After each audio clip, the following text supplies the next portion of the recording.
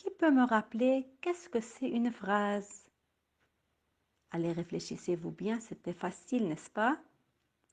Ah oui, bravo. La phrase est une suite de mots qui a un sens, qui commence par une majuscule et qui se termine par un point. Bravo.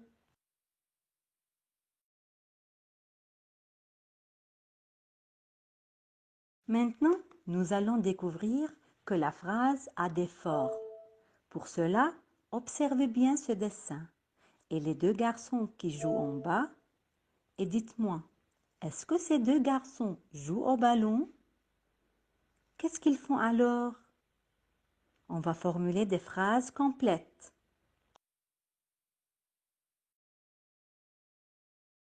Les garçons jouent au billes. Donc, les garçons ne jouent pas au ballon. Qui peut me dire quelle est la différence entre ces deux phrases? Bravo! Dans la première, c'est comme on dit oui. Les garçons jouent au billes. Dans la deuxième phrase, c'est comme on dit non. Les garçons ne jouent pas au ballon. Alors, la différence se trouve avec les deux petits mots ne et pas.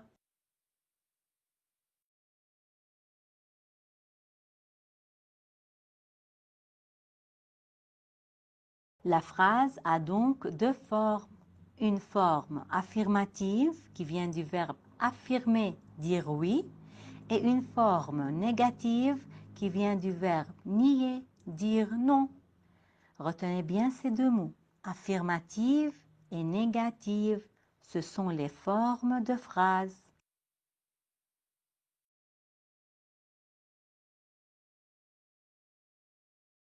Voici maintenant un exemple.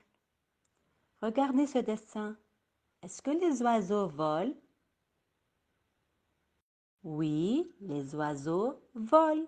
Alors c'est une phrase affirmative, c'est la forme affirmative. C'est comme on dit oui.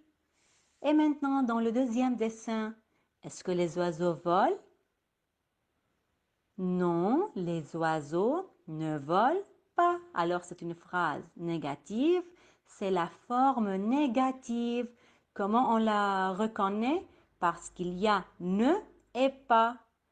On regarde le verbe vol, c'est le verbe voler. Alors il y a ne et pas juste avant le verbe et après le verbe, ce qui me donne une forme négative.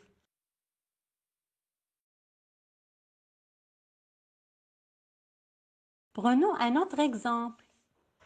L'oiseau est sur l'arbre. C'est une phrase affirmative. Maintenant, l'oiseau n'est pas sur l'arbre. C'est une phrase négative. Puisque le verbe commence par une voyelle, alors on a écrit un apostrophe au lieu de ne. Et toujours pas s'écrit après le verbe. C'est comme le verbe porte des lunettes. Ne ou bien un apostrophe avant le verbe, pas ou bien autre mot de la négation après le verbe. Retenez ça bien, c'est comme le verbe porte des lunettes de négation.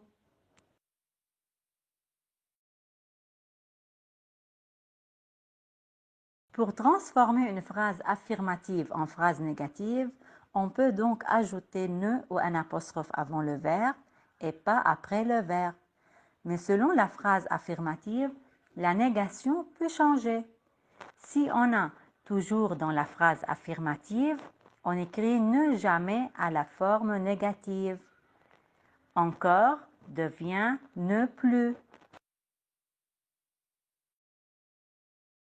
Quelqu'un, tous ou bien tout le monde deviennent ne personne. Tout qui est pour les objets devient ne rien. Et si on va faire la négation de deux éléments ou plus, on utilise ne, ni.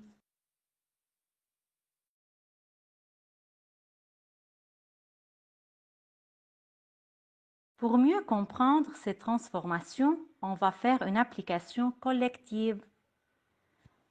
Si à la forme affirmative, on a la phrase « il veut aller à l'école », ça devient « il ne veut pas aller à l'école ». J'ai encore faim. Alors vous voyez, il y a encore. Ça devient je n'ai plus faim. Il mange toujours des bonbons. Il y a le mot toujours. Alors à la forme négative, on dit il ne mange jamais de bonbons. J'ai tout rangé. On dit je n'ai rien rangé. Il connaît tout le monde. Il ne connaît personne. Je veux lire et écrire. S'il y a deux choses dans la phrase affirmative qu'on va nier, alors on dit je ne veux ni lire ni écrire.